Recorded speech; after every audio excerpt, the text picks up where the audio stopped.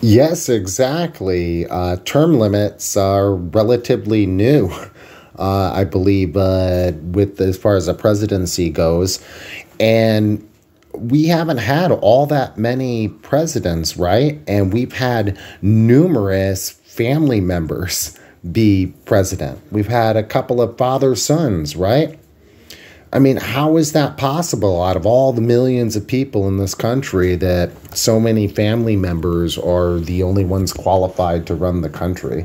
And yet we, talk about dynasties of other, in other countries and such. We have lots of criticism for other countries, but we never hold ourselves to the same type of line, right? And back to talking about Stalin being a dictator or not, one thing that comes to mind is nobody will ever tell you what law made Stalin a dictator.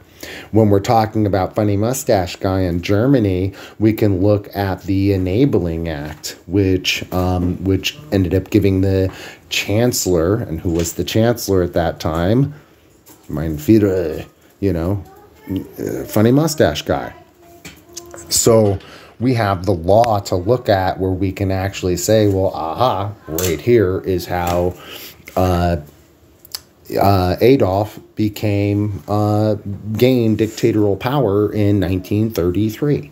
We can actually give a year. We can give a date. You cannot do that with Stalin because this is just a common trope. It's just something that's been repeated and levied at him for long enough. That it just sticks, but nobody will give you the exact law. And when they do, they'll call it Stalin's Constitution or something like that. And Google that and look up what that was actually about. It gave freedom of press, freedom of assembly, freedom of speech, not dictatorial powers to Stalin or to his position. And again, with Mussolini, we can look at the exact law. I'm going to butcher it, but it's like Acerbo, Acerbo law. Google that. And you'll look at the exact law, which gave his party and him an incredible advantage. And in essence, as historians point out, dictatorial powers.